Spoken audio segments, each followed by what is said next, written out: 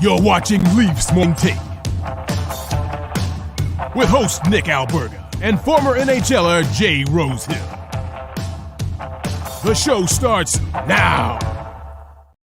All right, what's good, everybody? Presented by Betano. It's time for the Monday edition of Leafs Morning Take. Rosie, I hope you had a better weekend than me.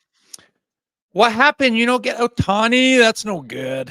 It was just an array of emotions on Friday, the whole episode. Then Saturday hits, and he announces he's going to the Los Angeles Dodgers. And again, it's announced that the Blue Jays were thoroughly used and abused. Yeah, that was kind of disappointing to see that. It would have been neat. It would have made me get into a little baseball action. But you know what? We got the Maple Leafs in town. We don't need no Shohei. Fair enough. I had a good time. I went to the Toronto Rock game over the weekend, the home opener. There wasn't a fight, which I was disappointed about, but the Rock did win, so feeling good. Great atmosphere. If you have a chance and you're in the area, go check it out. I had a lot of fun, had a couple beverages, enjoyed some fast, quick action, and the crowd is what gets me every time I go to a lacrosse game, man. They're jacked, they're pumped, and I love the fact that it's very NBA-like where they play music during the game. It keeps you in it, if that makes sense.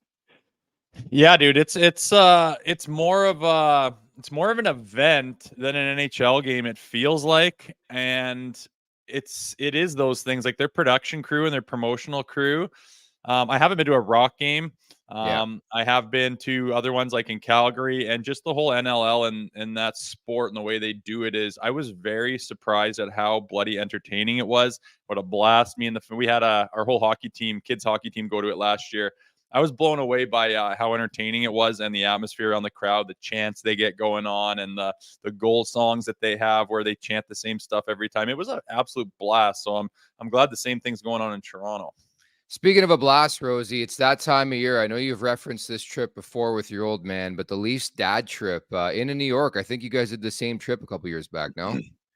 That's so wicked. Yeah. Well, are they on Long Island and then they're going to MSG. Hey, yeah, we did that trip for sure. It was it's a blast, man. I love seeing that. All those dads, like the smiles just don't come off their face. And they do the dad's trip, and when they do the mother's trip, whatever it is, those are the people that, I'm doing it right now with my kids, but putting the hours in the rink, putting the miles on, burning fuel, running around in this crazy minor hockey world. And for these guys to get to the National League and bring their dads along on a trip like that, it's pretty special. I always love seeing it. I'm glad they do it. It's a cool thing.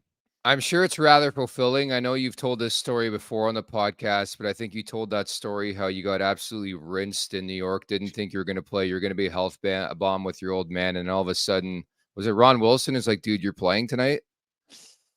Yeah, we went to New York City, and my dad's never been there. I wasn't playing the next day against the Rangers, so me and Dad just went down to like the meatpacking district, I think, and we were just pub after pub, checking out these little hole-in-the-wall bars, having a blast. I'm like 24. I'm, getting to know my dad, and we're rubbing shoulders, doing this cool thing, and ended up getting pretty blasted, just trying all these different craft beers and whatnot. Woke up and was like, good Lord, and was planning out what I was going to do with them that day before the game, and tap on the shoulder that said Grabowski's wife went into labor and that you're playing the night. And I just looked over at Dad, and he was just like, you better go get a nap. And I think I fought Brandon Pross center ice at Madison Square Garden that night, and we won the game, and all was well at the end of the day. If there's one place to fight and go, it's probably MSG, right? You don't know who's going to show up for those games. Like Margot Robbie could be there for all you know. Could have been. I mean, Muhammad Ali and Frazier fought right at center ice there years back. One of the most legendary boxing matches ever. So pretty cool to get in that one and have the dad there. And I shook off the cobwebs and got her done. Who's the most famous person that's ever been in attendance for one of your hockey games? Do you know? I really don't. You just don't notice that. Well, actually in Philly, I was down like the players tunnel and was waiting for my car to get brought up, and I was going to load up my kid who was maybe 1 year old, and then standing there waiting is Justin Verlander and Kate Upton.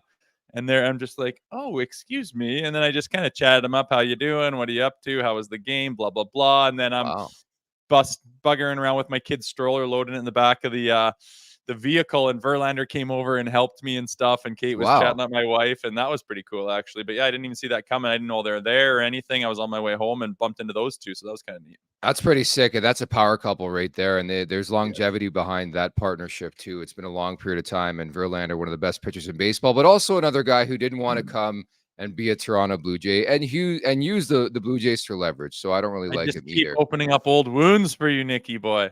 Bro, I'm telling you, man. You'll be all right. The fact that they had a chance to get the modern day Babe Ruth, and it felt like the Jays were close. It felt like they were in it, and just that, whatever the fuck that was on Friday, to go to that on Saturday, and for him to sign for $700 million, and for it to come out that the Jays were just used for leverage. It's a tough feeling, but we do roll on. You know, it's a tough feeling. Joseph Woll goes down with a high ankle sprain, but again, the Leafs don't skip a beat. What's your thoughts on Woll? He's going to miss some time. Like, they call it week to week, but I know every ankle sprain is different. As somebody who dealt with a high ankle sprain playing beer league hockey, mind you, a couple of years ago, obviously I don't have the same access that these guys have. Like, it took me a while to come back from that injury. Yeah, I've never had a high ankle sprain. They tend to happen to goaltenders a lot. And one thing I know is that they're not pleasant, man. A lot of guys would rather just break their ankle and do a little bone heal and get rocking and rolling. But those things can bug you. They can stick around. They can take a long time to heal. So I don't know. But when I heard that, I was actually like pleasantly surprised. I thought that he like tore the shit out of something. Like, it really looked odd, like a popping of the knee or the hip or whatever. But high ankle sprain, yeah, it's not ideal. We knew something wasn't great, but I mean, if that thing heals well, and I don't know, he's a 25-year-old kid, he'll have the access to all the best stuff as far as rehabilitation. I don't know. It could have been worse, I guess. And, you know, something that just make sure you heal it properly. Maybe it takes an extra week than you hoped, but get back in there and hopefully it doesn't bother him again. Something that won't linger is what I'm hoping. And yeah, like I said, we expected something, and I guess I'm glad it wasn't worse. Nicky's gone. It's just me here.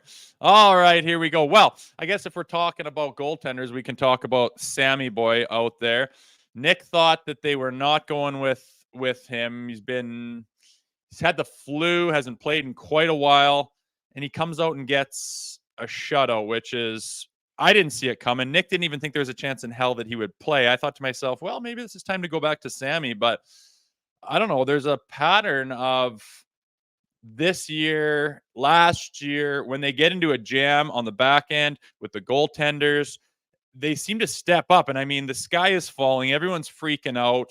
We think we're going to drop in the standings like crazy, but call it ability to handle adversity. But this year's starting to prove to be the same as last year. You remember when Shalgren came in there?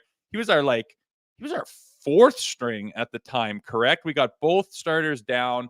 Woolsey wasn't in the picture, but other guys are hurt. It comes to Shalgren. We just think like this season might be a write-off, and he stands on his head for several weeks, got us tons of points, and kind of saved that beginning portion of the season. And it looks like, you know, so far with the shutout there, I mean, we said at the beginning, these guys are going to need to ham and egg it. They're going to need to go back and forth. And, you know, if one guy's hurt, if one guy's not playing well, what has happened so far this year? Sammy didn't play well at the beginning of the year. We haven't seen him struggle like that in his Leafs career. In comes Joseph Woll, green, young, kind of untested. What he has been tested has been very good. He comes in, plays phenomenally for a lot of hockey games. Boom, high ankle sprain. He's down. Okay, what's Sammy got? What's our third string? Like, we call guys up. It's lucky we didn't lose our third stringer on waivers, but Sammy shows up the other day and pulls off a shutout. I mean, I didn't have my money on that. I'm not going to lie, but it's nice to see that he pulls that off. And I don't know. I'm looking forward to the playoffs, to looking down at who's going to be the starter, who's going to step up.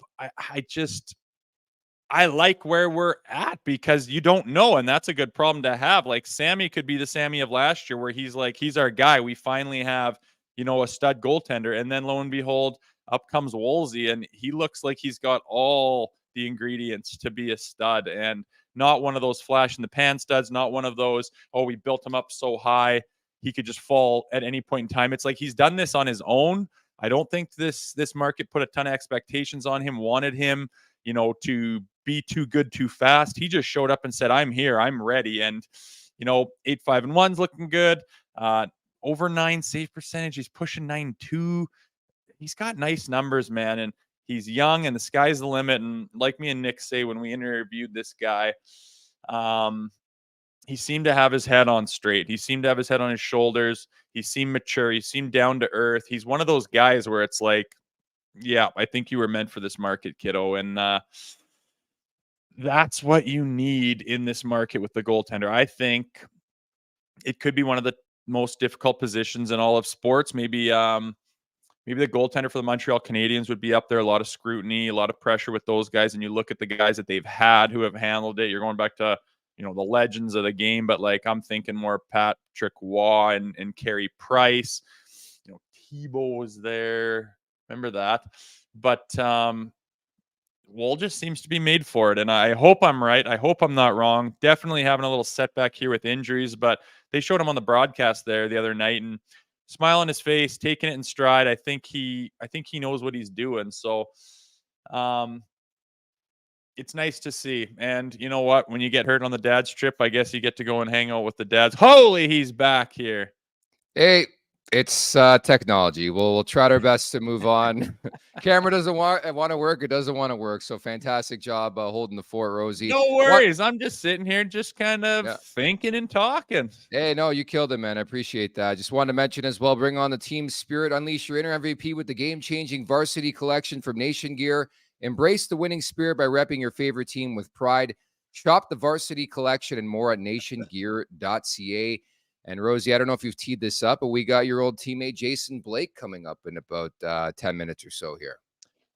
I know that'll be good. We I haven't seen that guy since I played there. He was kind of a seasoned veteran at the time and a character. You never knew you were going to get with Blakey. So I'll be excited to get him on, pick his brain a little bit. I wonder if he follows the Leafs a little bit still. I have a feeling he might not, is my guess, but he could surprise us. And he's got kind of a stud hockey player coming up through the ranks himself with his son at North Dakota, his alma mater. So that'll be interesting to have him on here soon. And while you were gone, we were just buzzing a little bit about our goaltending situation and how it's always yin and yang and the sky's always falling, but they seem to kind of hold it down every year so far. Going back to last year when they get in jams, it just seems to work out so far. And all signs point to that as far as the shutout on Saturday. Yeah, they weathered the storm. Brought to you by DoorDash. It's time for the appetizer. For a limited time, our listeners can get 25% off, up to $10 in value, and 0 delivery fees on their first order of $15 or more when you download the DoorDash app. Enter code NATION25. That's code NATION25, uppercase for that. 25% off your first order. Offer valid in Canada, subject to change. Terms apply. So, yeah, that's the big story, right? Is that Joseph Woll goes down. Ilya Samsonov comes in, and granted, a couple posts, a crossbar, but he finds a way to get a shutout and maybe the best, most complete effort of the season for the Maple Leafs against the Preds. But he was making those big saves, right? He was making those game changers, those momentum savers, like those sprawled across backdoor. Hats off. They made a phenomenal play, found the open guy, and just threaded the needle. And then it's a goal 9 times out of 10. And you get Sammy to stretch across and make that huge save. He probably made 3 of those that I would say kind of those game savers and momentum savers. And I mean, those lead to those wins that they got where, you're getting your shutout. You're keeping the guys in it. You're able to get the next goal after one of those and just really stymie the opposition. And that's what you got to do once in a while. And for him not to have the best start to the year, for him to get thrown in, and the expectations are now, okay, man, we can't really afford to have you playing the way you have been this year. And for him to step up that big and make those big game savers was fantastic to see. Doesn't mean that he's going to be doesn't mean that he's going to guarantee he's going to do it again. He's got to keep working. I loved his comments at the end of the game talking about, being a professional. It's the best league in the world. You got to constantly work. I didn't have my game. Like, he seems to have the right attitude and the right outlook. And I just think it's nice that he seems ready to rock and roll and to be up to the challenge. Yeah, well, firstly, again, defensively, I thought it was an important effort for this team, especially Joseph Woll goes down and gets hurt. And Ilya Samsonov, this is why they got this guy. And the fact that he's coming off illness after not playing for 2 weeks and posts a shutout, you got to be good to be lucky. lucky to be good. I felt that way against the Predators. They scored some timely goals as well. Austin Matthews, man, for like the type of year he's having where he's been really streaky. Next thing you know, you look and he's got 18 goals in the campaign. I think it was good to see they end that streak of 8 consecutive 1-goal games. And the bottom 6 again. I know Gregor gets that empty netter. David Kampf scores again. So like things looking a bit more positive for this team and back-to-back regulation victories, Rosie. Yeah, it's kind of funny.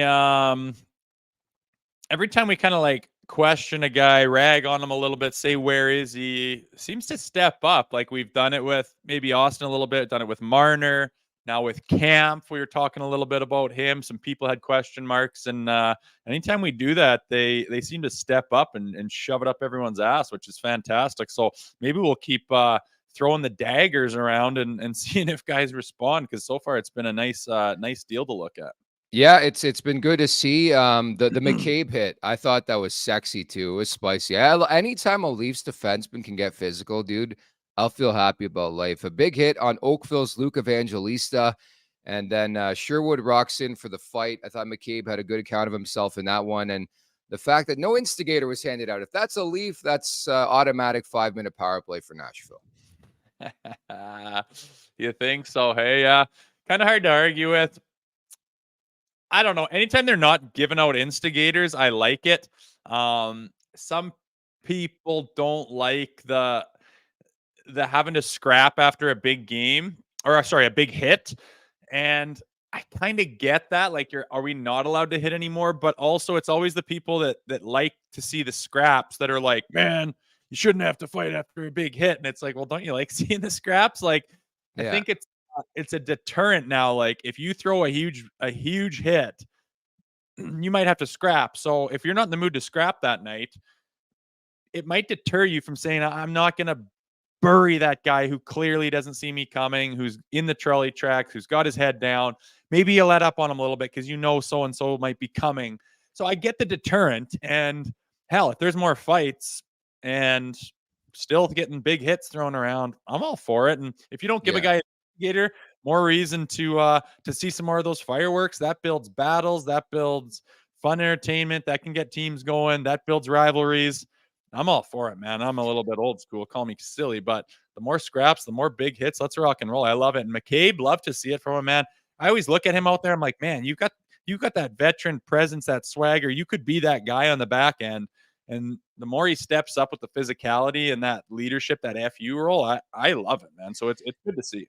He's the closest thing they have to Jake Muzzin. He's not anywhere close to Jake Muzzin, but he's the closest thing they have. And you just need a defenseman to finish some checks. I thought Benoit was good again. Like, that's been a prevailing story. I know Leafs fans are hyped on Simone Benoit, but like, this is why they brought this guy in. He can play a bit chippy. He can grind it out. He can finish his check. And you need those type of guys in your lineup. So again, a lot of positives to grab from over the weekend if you're the Maple Leafs, but you have to keep things going now, right? You have to string along a bunch of games together. But it really is incredible that, you know, all the doom and gloom conversations, specifically the last month, Rosie, they're 14-6-4 all of a sudden. It's pretty crazy.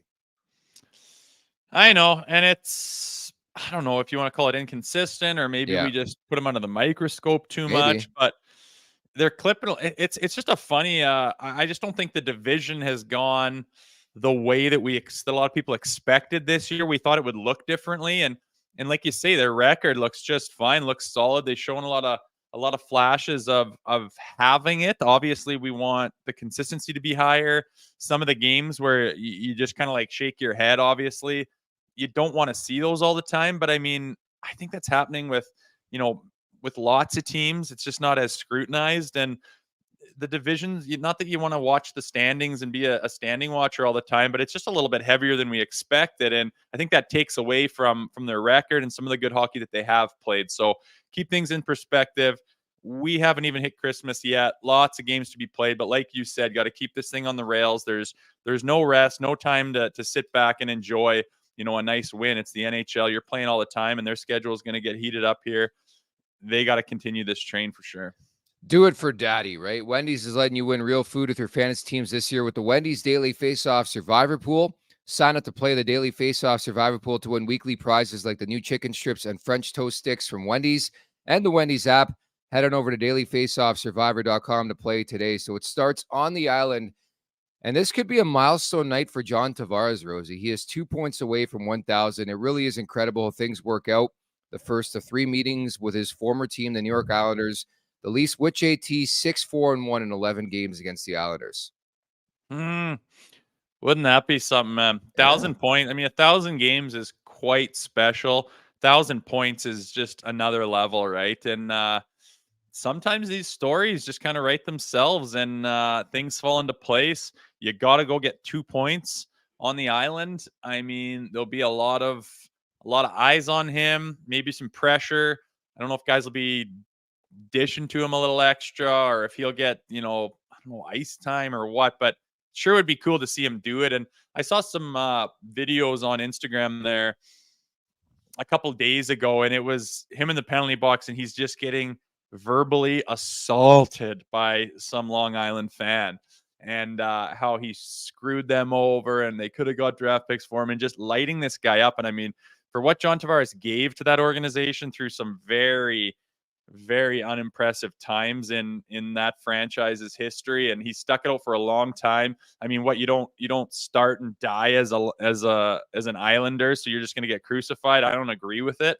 But for any of the heat he has taken for leaving, if he puts up a couple points tomorrow, gets to 1,000, it's a shove right up the ass to anyone who's not happy about him leaving. It would be kind of cool to watch. It would be very cool. By the way, Tavares in 11 outings against his former team, 4 goals, 3 assists. The Leafs are 3-3-0 on Long Island with John Tavares, of course, in the lineup. And this is a kind of interesting note, too, that Toronto's allowed 3 goals or less in 6 straight outings. So, do you feel like they're starting to build something a bit defensively here? I mean, it looked like it last game. Like we talked about McCabe and Brody, they seem to kind of be stepping up. And you talked about some of the guys that have been stepping up that are in the lineup that might not have necessarily thought they would be there full time, and they're making a case for themselves. And yeah, again, a lot of things point to them being quite solid and moving in the right direction. But then they'll just kind of have that one blunder where you're just like, what was that, guys? And I know it's hard to be consistent in that league, and I know things don't always work out, but I just feel like they're kind of a little bit special with having those games that just make you scratch your head and say, like, what the hell was that? And we've talked about it, the fancy stuff, the low percentage plays, cross ice, waist high sauces, behind the back shit, through the legs stuff. I mean, and it's just like they double down on it when it's not working for them, and they're having a game where it's like, whoa. I mean, you got to think Keefe back there is going, this is not the game plan. This is not what we, talked about. It wasn't our preparation going into it. What are you guys doing out there? And it's almost like that has to be the theme of, we'll say the first period goes poorly, and then they're like, no, we're going to double down on this in the second. It's just a head scratcher. So aside from those little hiccups where everyone's kind of going, what the hell are those guys doing out there? Like, they have abandoned any semblance of a system, and they're just playing street hockey. Aside from those ones, they seem to be, kind of shoring it up, and they show signs of like, hey, that's like a playoff game where you're shutting it down, keeping shit to the outside. You're not giving them anything. You're frustrating the team, wearing them down. I mean, I want to see more of that, and it's nice to get a little bit of it here recently. Yeah, and Mitch Marner had a really, really beautiful giveaway in his own end the other night again. But again, those are things you're going to build upon, right? You would hope. No? Again, we talk about a process on this podcast quite a bit, but it's like the same old story every game for me. It is sometimes. It's that fine balance of a player's got skill. You got to give them the creativity. No one wants to handcuff talented players and say you have to be a robot out there.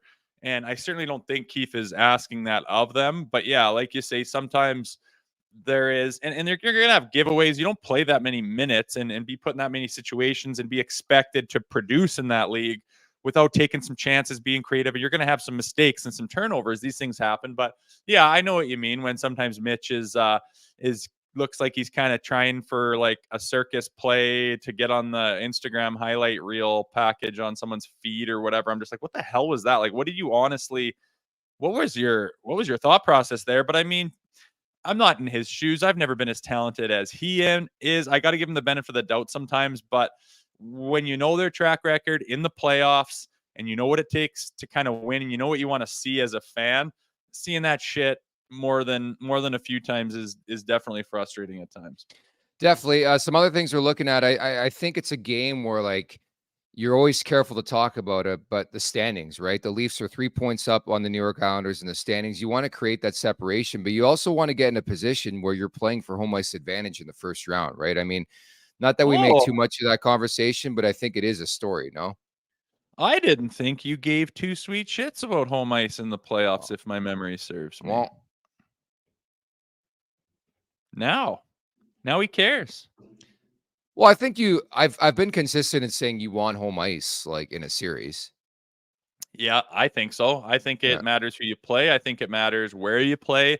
That first 2 games when you open up in your barn, especially if you're a team that does well at home. I mean, you think of last year Samsonov's record at home early, loved playing in Toronto, and if any of those trends continue, you'll want to have those first 2 games at home. And if it goes to game 7, you don't want to be on the road, sleeping in a hotel, eating. You want to be in your routine, baby. You want to be in front of your home ice, your home crowd, getting that going. So I agree with you 100%. And I know some people don't like to look at the standings right now, but I do it. And I say, well, let's give it's a good measuring stick on where we're at after this amount of time. And it's certainly not done, and anything can happen and lots of that can change. But I don't think there's anything wrong with looking at it and say, where are we sitting right now? And like you say, there's some tight matchups and some tight spreads through points and home ice and wild cards. And I don't think it's the worst thing in the world to keep an eye on that.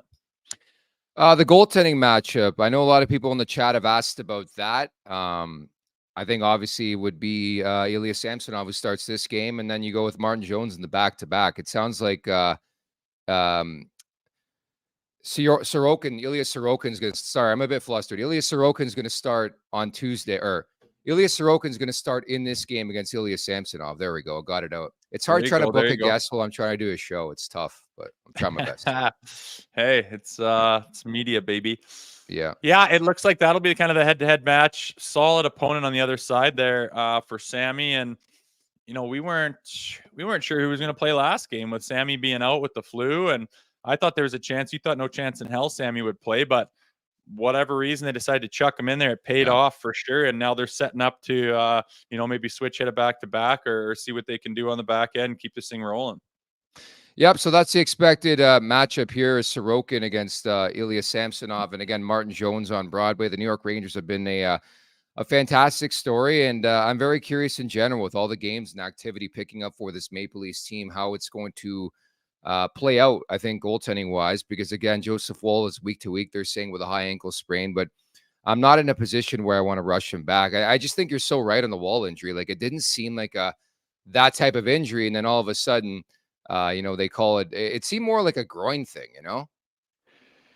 Yeah, I thought like hips, groin, something in the back. It just seemed very poppy. Like he's making a routine save and just kind of twists a weird way and boom, out she goes, like some old injury or something was holding on by a thread. But high ankle sprain, I honestly didn't think that. It didn't look like it, just the position he was in, the save he was making and how he reacted to it. I wouldn't have guessed that, but like I said, I'm glad it wasn't something. I believe I read somewhere he's had some hip injuries in the past, maybe some surgery. So anytime you re-aggravate that, and then all of a sudden it's an issue, it's a nagging issue, it's something you're going to deal with maybe the rest of your career. And being at that age, playing that position, not something you want to deal with. So I'm glad it's not something like that. Like I said, high ankle sprains can be a pain in the ass, but get the right rehab, take the right amount of time. Sometimes they just take a little extra time to recover to get back to 100%, but make sure you do it right. And this can be behind you in a few weeks. Producer Aaron, just to confirm, are we going to get him on without the camera, I guess? Is that the play here? Can you just tell me in the chat here as we go in real time on this podcast? We're having trouble getting Blakey on the There we go. camera. Okay, we're going to get him on. The following interview is brought to you by our friends over at Battlegrounds Axe Throwing. Book your holiday party now and snag exclusive Boxing Day and Break Week rates. To find a location and book your event, go to battlegrounds.com, battlegrounds.com, as you bring in today's guest. Thank you so much for doing this. It is Jason Blake. What's going on, Jason? Not much. Good morning, guys. How are you? Fantastic. Blakey. Yeah. I got bad reception. I'm in Florida right now, so I got bad reception at my house. I don't know. My camera won't work, and I had trouble getting on there. But hey, shit happens, man. What's up, Jay? How are you doing? Good, man. I was gonna ask you. I haven't been able to keep in great touch with you, but it seems it's been a long time since we talked. What have you been up to these days, man? You say you're in Florida. I spend probably about 15 to 20 days in the wintertime in Florida a month. I still have 2 kids back home. I got 4 kids total. One's graduated from college. One's at North Dakota playing for the Fighting Hawks. And then I got a 16-year-old daughter and a 10-year-old son. So when they go back to my ex-wife's house, then I come down here. So you're busy man. I was gonna ask about Jackson playing at Nodak there, your alma mater. How's that going? He's drafted. He's putting up more than a point a game. He's in his sophomore year, is it? A kid looks like a stud. Thank you. Everything's going well. It was going great until this last weekend. We got swept by Colorado College, which is kind of a heartbreaker, but they're a good team. So I think they're really good coaching staff over in Colorado. So good for them, but bad for UND. And we were ranked number 1 in the country. I would imagine that we're not ranked number 1 anymore, but still plugging away. He's doing well though. Thank you for asking. That's Jay, awesome. I was going to ask you, obviously, we're looking forward to another John Tavares revenge game. You know a thing or two about this whole rivalry. Do you remember your first game back on Long Island? Yeah, I do, actually. Well, my first year was a tough year being with all my off-ice stuff as far as my, my health and stuff. But I do remember that. I mean, I spent 7 years there, and I mean, it was a fun 7 years. I mean, it was obviously probably had my most success on Long Island. The fan base, the organization was nothing but first class, and so I owe a lot to that. But I remember going back. It definitely feels weird. It feels strange being an opponent on a coming in there, being there for such a long time, and but it's fun. It's a lot of fun. And they did a great job welcoming me back. So thank you for that. But it's always a challenge going back to play when you spend a lot of time in one spot and then you're wearing a different jersey and you come back. I mean, it's fun. It feels different. It's still a game, but it's just overall the experience. I mean, I think you get caught up in a lot of other things too. Yeah, I believe it. Moving on from the Islanders there to play with the Maple Leafs for 3 years. I think some viewers want to know what that experience was like. You said, the Islanders were a top tier organization, top class the whole way. I don't think anyone could argue the Maple Leafs aren't the top of that hill. How'd you find it being there for 3 years and being a Maple Leaf? It was awesome. I mean, you want to talk, it's the Yankees of baseball. It's the organization from the owners down to everybody was outstanding. And I mean, unfortunately for me, my first year was a tough year coming in there, signing a contract for 5 years and kind of having the wool pull over my eyes, in training camp with the health issue. And it took me a long time to feel normal again, probably most of the season actually.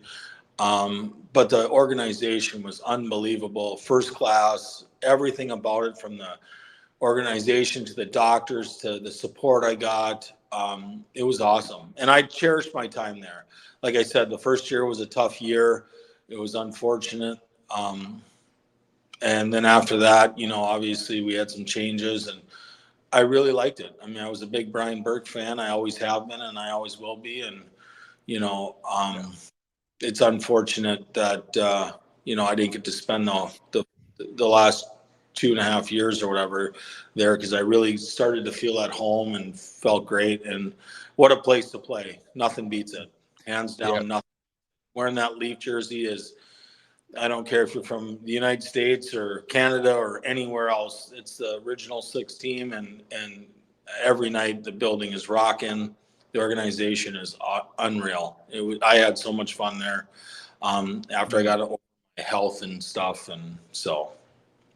We had a chance to have Berkey on the show a couple weeks ago, and I could tell you nothing has changed with the man. He's an absolute gem. I referenced John Tavares. You sort of walked so Tavares could run, in my opinion. July 1st, 2007, we referenced that date for a variety of reasons, but you inked a 5-year contract with the Maple Leafs. What do you remember about that whole negotiation? How did things come to be that you became a member of the Toronto Maple Leafs? Well, that July 1st, when you're a free agent, it is a whirlwind. I mean, there's things that are brought up between you and your agent, prior to those days, or even, a month before that date. I mean, unfortunately, we lost to the Buffalo Sabres in the first round of the playoffs, which we thought, bringing Ryan Smith over, we had some additions. We thought we'd be able to go deep in that. I guess it's just, you just sit back and, I told my, you always give possible places that you would, either you want to go back, or if that doesn't work out, you want to give possible places that you would, love to play for, or what if the situation were to occur. And, I never thought that Toronto would ever work out, but again, it's a crazy day, and people don't realize, like, it's an auction. It feels like it. I mean, if you don't take and you wait on it, they don't wait for you. And when I got the call about Toronto was in the mix a little bit, I obviously wanted to hear farther on the subject, and we just got the deal done sometime in the afternoon, and I was ecstatic. I actually, to be honest with you, I was living on the lake up north by Detroit Lakes, Minnesota, by Fargo-Moorhead. That's where we lived in the summertime. And I remember when I signed, it was a cooler day in Minnesota that day. And I had a pair of jeans on, a shirt on, and a sweatshirt on, and I had socks on. And after I signed, the family's all hugging and whatever. And I ran straight for the dock and jumped off the dock and screamed, yeah! It was come true for me. But I just wish I could take back that first year. That was not a fun year for any of it. It was just a couple games in, right? And you were diagnosed, no? I was diagnosed at training camp. So, okay. And it's a fortunate thing. It's unfortunate, but it's a fortunate thing. I mean, most people, they probably don't catch this stuff till they're 50 years old, when they start going up for their, annual checkups. And, we do, obviously, Rosie knows this, and we do a blood and urine test every training camp. And, it's not unlikely for them to come back and ask to take one of those two things again, just to check. And, when he asked me the third time, I knew in training camp, when he asked me the third time, it was kind of a weird deal, because he said, I was like, the doctor, Rosie, Dr. Noah Foreman, he was the best. And he's like, Blakey, can we take your blood again? And I was like, what the hell? I'm like, what's going on? He goes, I want you to meet me at this, it's Princess Margaret Hospital, cancer in downtown Toronto. Jeez. I didn't know what it was, though. He just said, I want you to meet me at the hospital, do your blood. And at the time, there was so much construction, I went in the back, so there was no emblem, there was no sign, no nothing on the whole building. So I met him right there. Sarah, my wife at the time, came with me, and we went and did my blood, and then we went upstairs. And the whole time, I'm like, what the hell's going on here? And we get to the second floor, and when he goes, we're going to go to the second floor. And when the elevators opened up, it says Princess Margaret Cancer Research Center. Wow. I got chills now, but I literally fell to my knee, and I was like, what is going on? And he goes, we're going to go to the right here. And I'm like, I'm still shaking, obviously, right? And so I go in and meet the doctor, and he's like, do you want the good news or the bad news? And I said, well, I know where I'm at, so that's the bad news. Tell me some good news. And so he told me what I had, and he took my bone marrow out of my back, and the rest is history. Jesus, what a whirlwind. You're getting prepared to play a hockey season. I mean, I know what training camp's like, where your mind's at, and I just can't imagine something more out of left field that would just rock you to your core.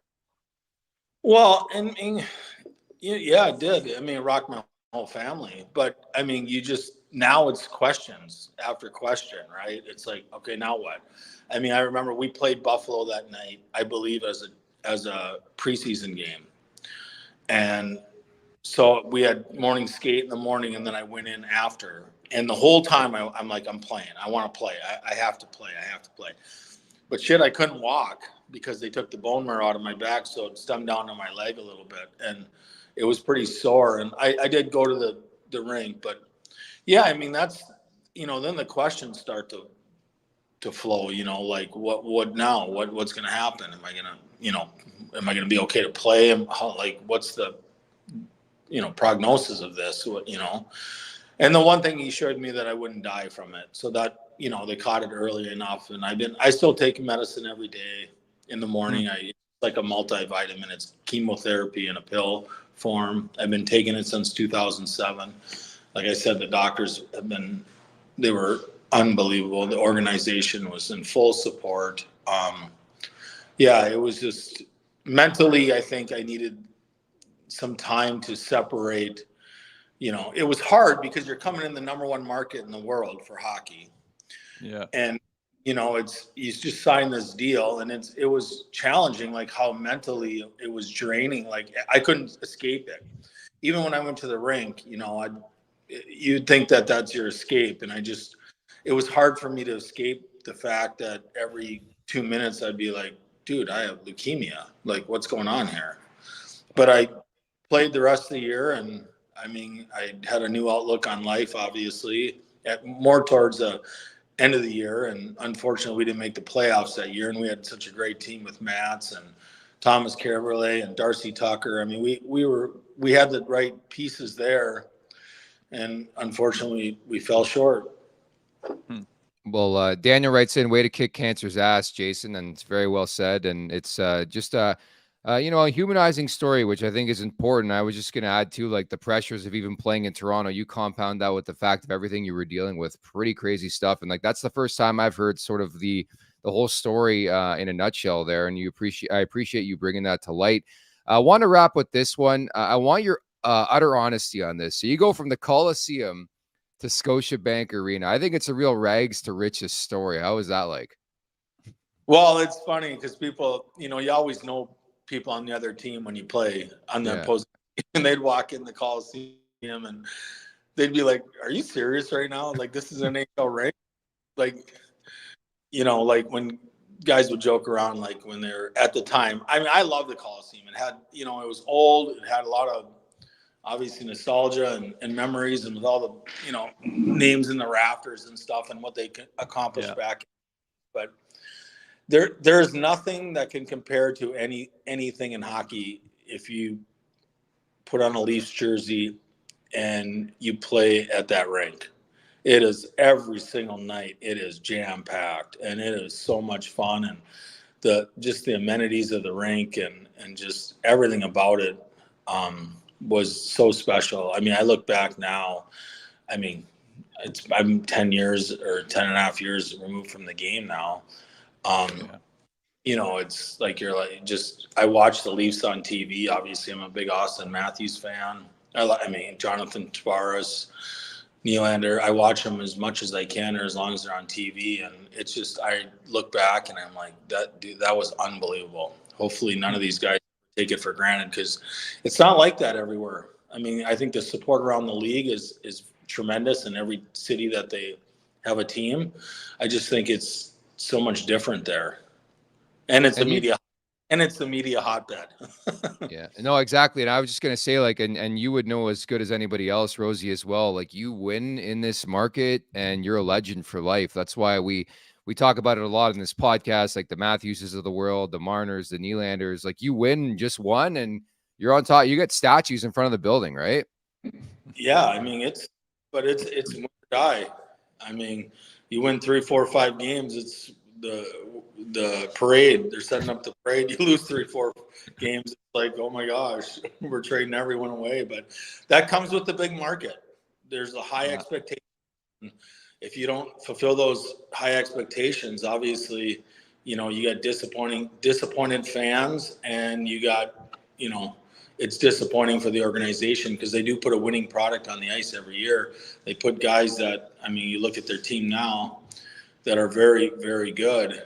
I mean, if not, in the tops of in the best in the world. So there are high expectations, and I knew that going in. I probably maybe wasn't prepared for that. I remember I didn't score in the first 2 games of the year, and I'm talking about my leukemia, and they're talking about I'm in a scoring slump, and I'm like, it's 2 games, like Jesus, and but there, like I said, there's just high expectations, but it's one of the best organizations ever probably built in all of sports.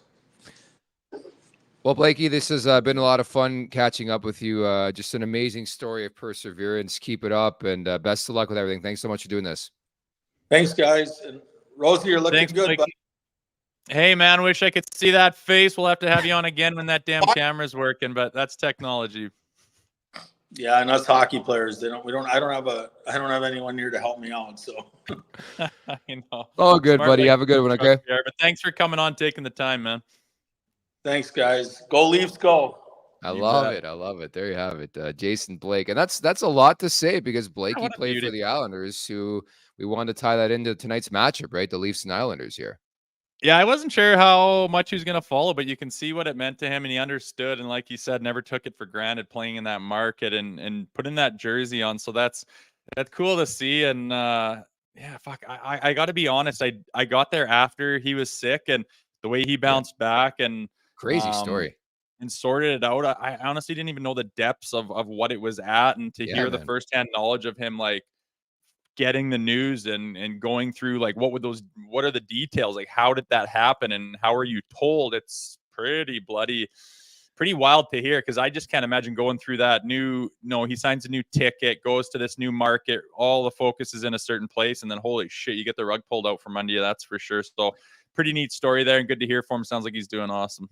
Yeah, I think that's the first time, again, I mentioned it during the interview, I've heard the full story. Like, I think he said bits and pieces in the media in the last 15 years or so, but never to the depths that he shared with us there. That's scary stuff, man. You go on top of the world, you sign a big fat ticket, you're in training camp getting set to play for the Toronto Maple Leafs, and then they ask you to do your blood test again, and then you're brought to Princess Margaret, and you're like, oh shit, like what's happening here? Like, that's just unbelievable. But it's great to hear that he's doing well and healthy, and he's got 4 kids. He's got a kid drafted by the Carolina Hurricanes, so things on the upstart for Jason Blake. And again, it just shows you, and you played in this league, you humanize situations. You have no clue. In that case, we had a clue a bit what people deal with on a daily basis. Like this guy, and I know Toronto media, and I can't think back to like that era, but I'm sure media still got on the guy. Like he had cancer. Like it's crazy, man. It is wild. It's not very often that a young man athlete gets that, but when it does happen, it's always a sombering story. And usually they come out the other side, and you thank God, but they have had that experience, and what a character builder and perseverance is made in spades through something like that. So neat to have Blakey on and kind of get a reminder of what he went through. Yeah, I want to see his mug next time. That has been a theme on this show. Hockey players trying to figure out their cameras. Although I had a camera issue to start off this show, so I'm not in the clear on that front either. I hate technology, man. I wish you could press a button and everything works seamlessly. But can somebody explain to me? So, like, I have a pretty high-end camera.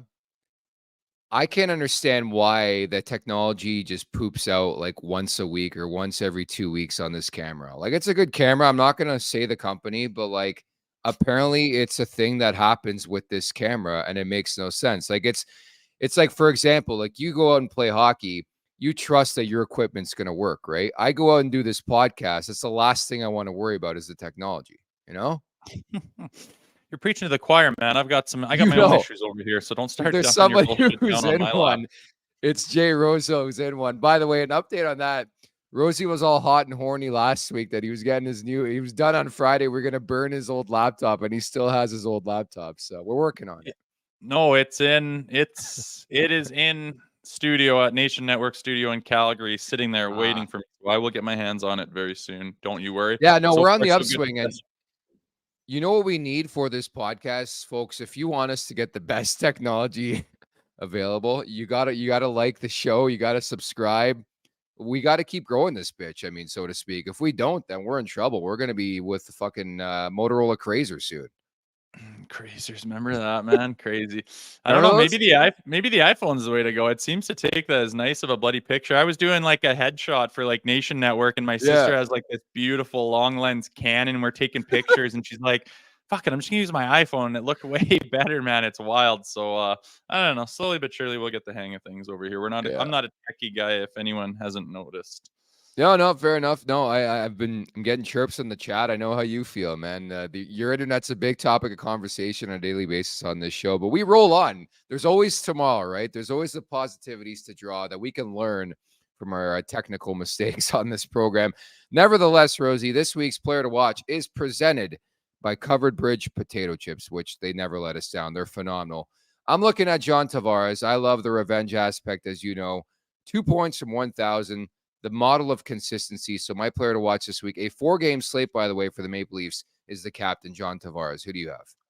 Not a bad pick. I'm going Samsonov here. He's going to play again. I wanted to follow up that shutout with another solid performance. And I think if he does that, like we've been talking about earlier when he was struggling, he needs to get a couple under his belt to get the confidence back up high. And I'd love to see that kid back with a boatload of confidence. So my eyes are on him. I like that look. Go to coverbridgechips.com and follow on Instagram at CB_chips.